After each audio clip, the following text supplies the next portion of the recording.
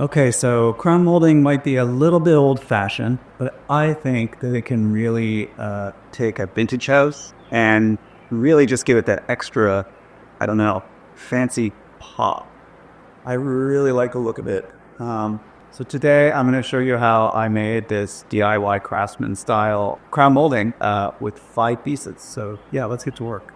So if you want to do the trim that I'm doing, you need these 5 pieces for every length that you're going to do. So these are 1x4s and they're stained on 2 sides. You'll need 2 of those for every length. One is going to go on the wall and one's going to go on the ceiling. You need this sort of 3/4 inch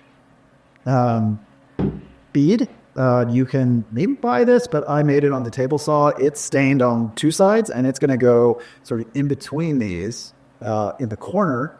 And then you need 2 lengths of these 1/2 inch square beads.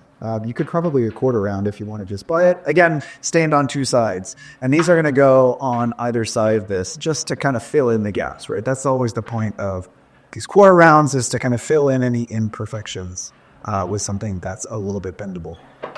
The tools you're going to need for the crown molding job is a tape measure as you're going along, finish nailer, and I am using 2.5 inch 16 gauge finish nails, and obviously some kind of air compressor, and you'll need your miter saw.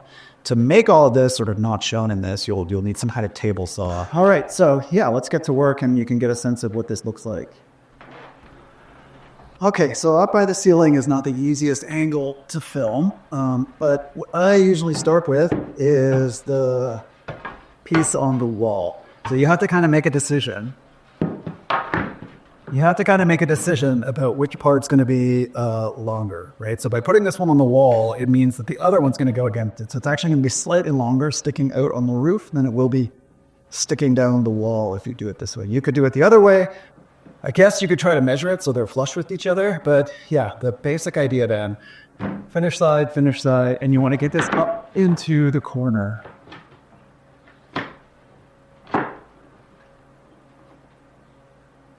If you want, you can do 45-degree angles in the corner, but not very much of this is actually going to be showing, and so I don't really think that's necessary.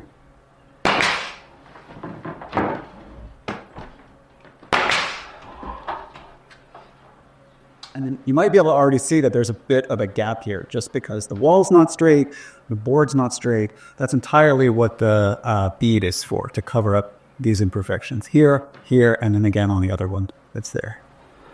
So I like to kind of start in one corner, put the first piece on all the way around the room, then come back and start from another corner with the next piece, just so that they're not all lining up in the exact same way, right? So if I put all 5 pieces up here, there would be a seam over there that would be the same on all 5 pieces.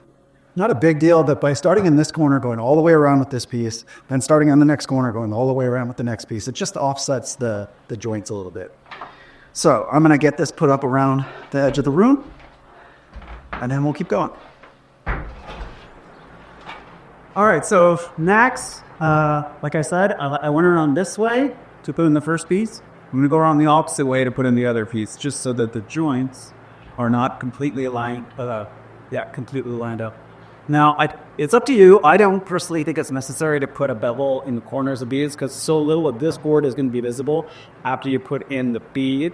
But the ones that go on the ceiling, a lot is going to be visible. So you are going to want to put a 45-degree cut into the corner to join these, or it's going to look a little bit strange.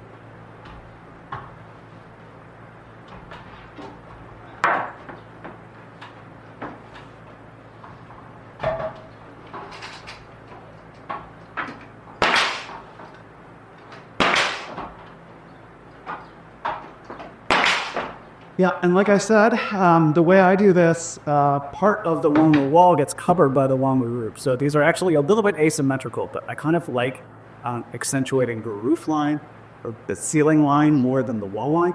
Totally up to you if you wanted to do it the other way. You could put these ones on first and then put these ones in which case the wall would be a little bit wider. Okay, so next is to put up the bead, just to cover up the fact that stuff isn't straight. So we're going to put the 3/4 inch bead in the middle and the 1/2 inch bead on the outside. I make these out of scrap. when you're cutting all the other pieces for the trim, you'll see those in my other videos. You frequently will have these long pieces that you've cut off, particularly for parts of door jambs and the long kind of thing that goes at the top of the window and doors. And so you might as well use those scraps. So there's very little waste if you do it this way. But because they're often made of scraps, this is a piece that is not the 8 feet long that every other piece is. And so that's where I'm going to start with this. We're going to go the opposite way again, but because this is a shorter piece, it's going to not line up with the other joints, which is what I'm just trying to do. Stagger the joints as we go.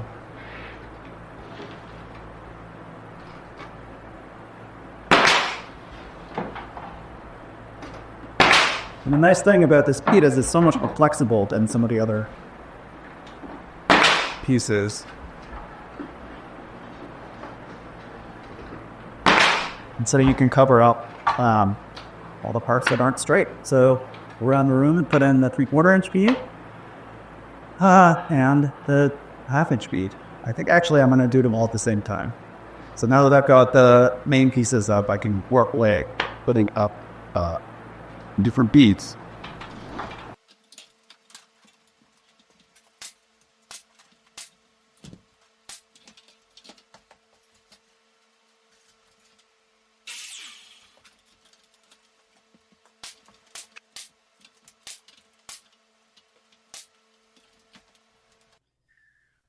All right, and I think I forgot to say that you probably want to cut 45s in the corners of the 1/2 inch and 3/4 inch bead. But that's really all there is to it. You go around, you put the 4 inch on the wall in the ceiling, and then you cover up all the corners with the 1/2 inch and 3/4 inch bead. I think this looks really nice. And so, yeah, let me know what you think. Let me know if you put this in your house or not. The hardest part, honestly, is the milling and the staining of all the wood. But if you can find a way to buy that and just toss it up, it's a pretty quick job. All right, well, thanks for watching, and I'll catch you in the next video.